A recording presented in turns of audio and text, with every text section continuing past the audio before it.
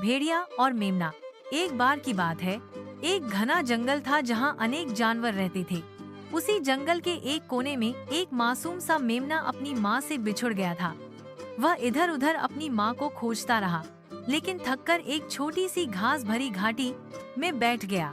उसी समय झाड़ियों के पीछे से एक भूखा भेड़िया निकल कर आया। उसकी आंखों में भूख चमक रही थी और पेट में कई दिनों से खाना नहीं गया था। जैसे ही उसकी नजर अकेले बैठे मेमने पर पड़ी, उसके मुंह में पानी भर आया। भेड़िया चालाकी से मुस्कुराया और कोमल आवाज में बोला, ओ प्यारे मेमने, तुम यहाँ अकेले क्यों बैठे हो? क्या तुम्हें किसी मदद की जरूरत है? मेमना डरा, लेकिन भेड़िए की मीठी आवाज सुनकर थोड़ा शांत हुआ। उसने डरते हुए कहा, मैं अपनी माँ से बिछुड़ गया हूँ, मैं बस घर जाना चाहता हूँ।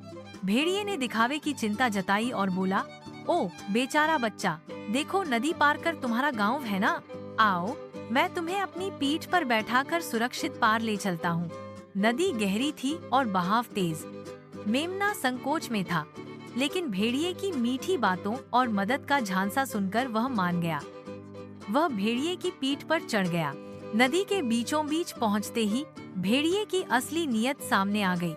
उसकी आंखें लाल हो गईं और उसने दांत निपोड़ते हुए कहा, अब कोई नहीं है तुम्हें बचाने वाला, छोटे मेमने, मेरा खाना बनो।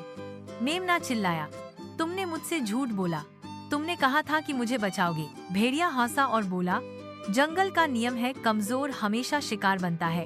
और इसके बाद उस निर्दोष मेमने की करुण पुकार जंगल में गूंजती रह गई।